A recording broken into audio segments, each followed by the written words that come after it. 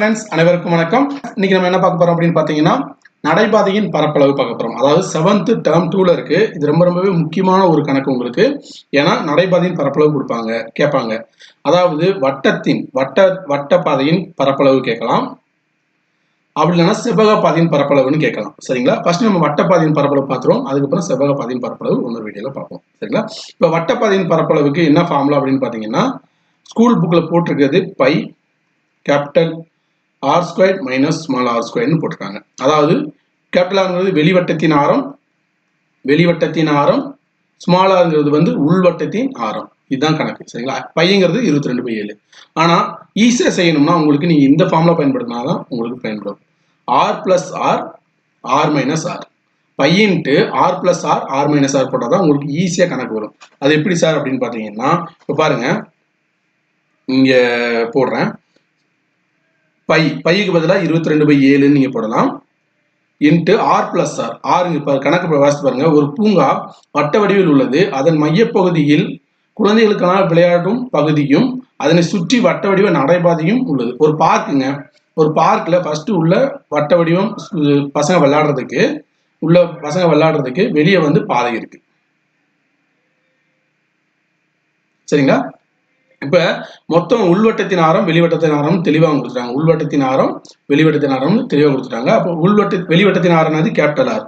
Capital ஆர்ங்கிறது 10 metre. Small R உள்வட்டத்தின் ஆரம்ங்கிறது வந்து 3 மீட்டர். ஓகேங்களா?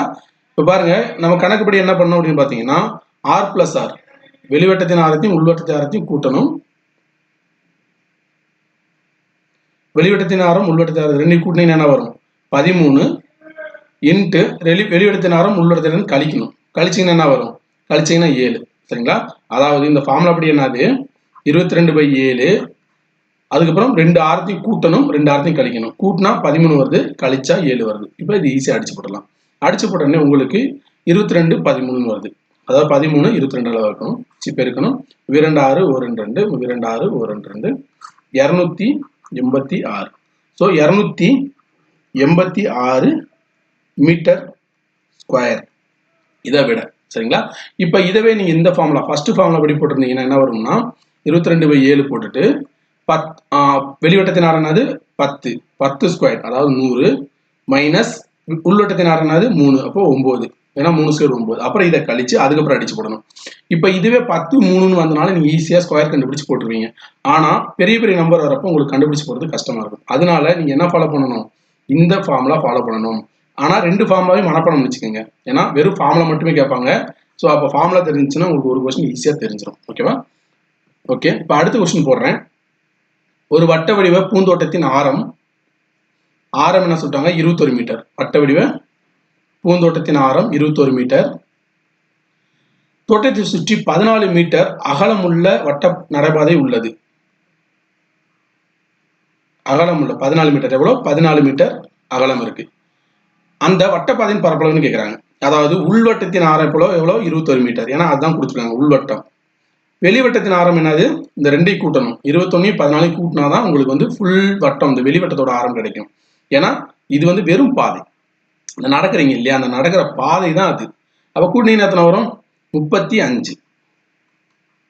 இப்போ நம்ம ஃபார்முலா படி என்னது? Pi R plus R, R minus R. இப்போ 22/7 அதுக்கு முன்னாடி பைக்கு வந்து 22/7 போட்டுக்கோங்க. போட்டுட்டு 35 பிளஸ் 21 எவ்வளவு வருது? 35 பிளஸ் 21 வந்துச்சுன்னா 56 இன்ட்டு அடுத்து என்னது? 35 மைனஸ் 21 வந்து 14. 1 7 7 14. இப்போ என்ன வருது நமக்கு? 44 இன்ட்டு 56. சரிங்களா? இப்போ 56 இங்கே போட்டுக்கோங்க. 44 இருக்குங்க. 6 நாள் 24, மிச்சம் 2, 5 நாள் 20, ஸோ 22. அதே தான் இங்கே வரும். 2 2 4. ஸோ கூட்டினீங்கன்னா 4 6 4 2. சரிங்களா? ஸோ விடை என்ன வருதுன்னா 24 64 மீட்டர் ஸ்கொயர். ஆனால் புக்கில் பார்த்தீங்கன்னா உங்களுக்கு 26 44 கொடுத்துருக்காங்க. இது வந்து பிரிண்டிங் மிஸ்டேக் நினைக்கிறேன். ஸோ ஆனால் கரெக்டான ஆன்சர் வந்து 24 64 மீட்டர் ஸ்கொயர். இப்போ நான் புக்கில் உங்களுக்கு அதை காமிக்கிறேன் இந்த கணக்கு. இப்போ இதுதான் அந்த கணக்கு. பாருங்க, இந்த புக்கில் வந்து என்னென்னு கொடுத்துருக்காங்க? இந்த கணக்கில் சாரி இதுக்கு மேலே இருக்க கணக்கு. 22யும் 112யும் பெருக்குனா 26 44ன்னு வருதுன்னு போடுறாங்க. ஆனால் 24 64 தான் கரெக்டான ஆன்சர். சரிங்களா? ஸ்கூல் புக்கில் 26 44 கொடுத்துருக்காங்க. ஆனால் கரெக்டான ஆன்சர் என்னது?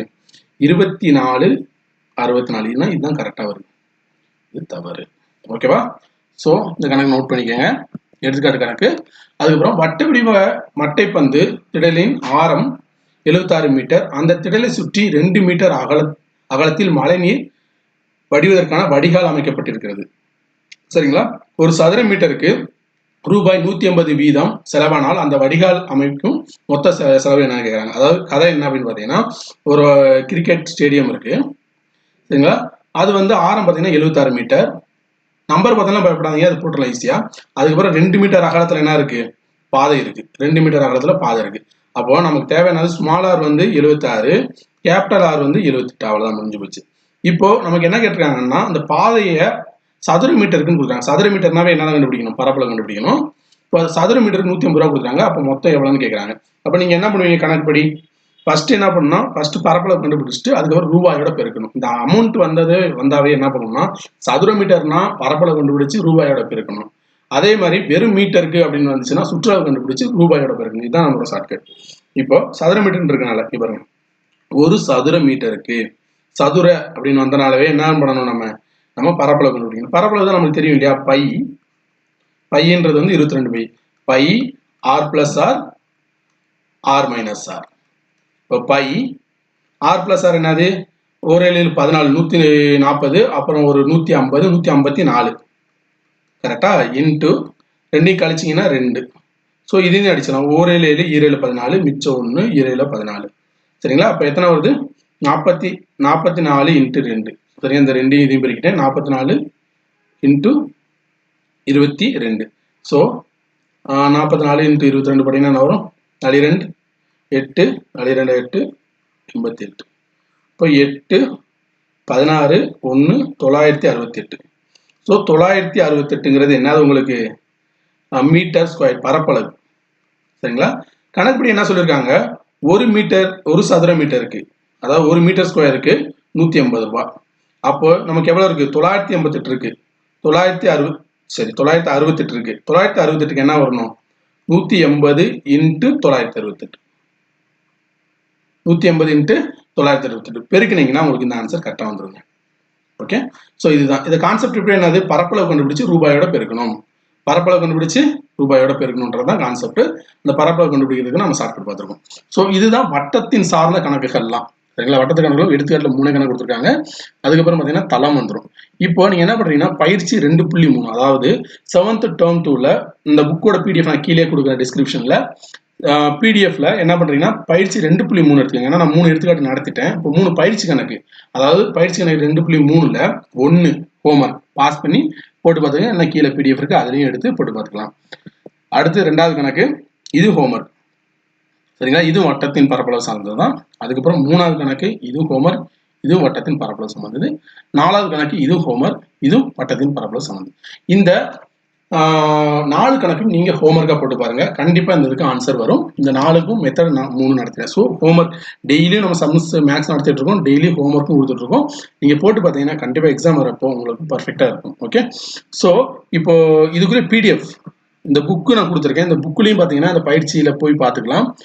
எடுத்துக்காட்டு நடத்திட்டேன். அதுக்கப்புறம் செவ்வக பாதையின் பரப்பளவு இருக்கு, அதை நான் நடத்துறேன். அதுக்கு முன்னாடி நீங்க இந்த இதுக்கு பயிற்சி 2.3க்கு ஹோம்ஒர்க் போட்டு பாருங்க. இதோட ஆன்சர் பார்த்தீங்கன்னா கீழேயே இருக்கு. புக் அந்த எண்டில் வந்து ஆன்சரை நான் உங்களுக்கு கொடுத்துருக்கேன். பிரித்து இதவே ஒரு வேலையாக நாங்கள் உங்களுக்கு செஞ்சு தான் கொடுத்துருக்கோம். பிரித்து நம்ம போட்டு கொடுத்துருக்கோம். ஸோ இதை நீங்கள் பாருங்கள், பார்த்து உங்களோட இதை நீங்கள் பயன்பெறலாம். சரிங்களா? Okay, thank you to all. நம்ம என்ன பண்ணலாம்னா அடுத்த வீடியோவில் நம்ம என்ன பண்ணலாம்? செவ்வக பாதையின் பரப்பளவு பார்க்கலாம். தேங்க்யூ.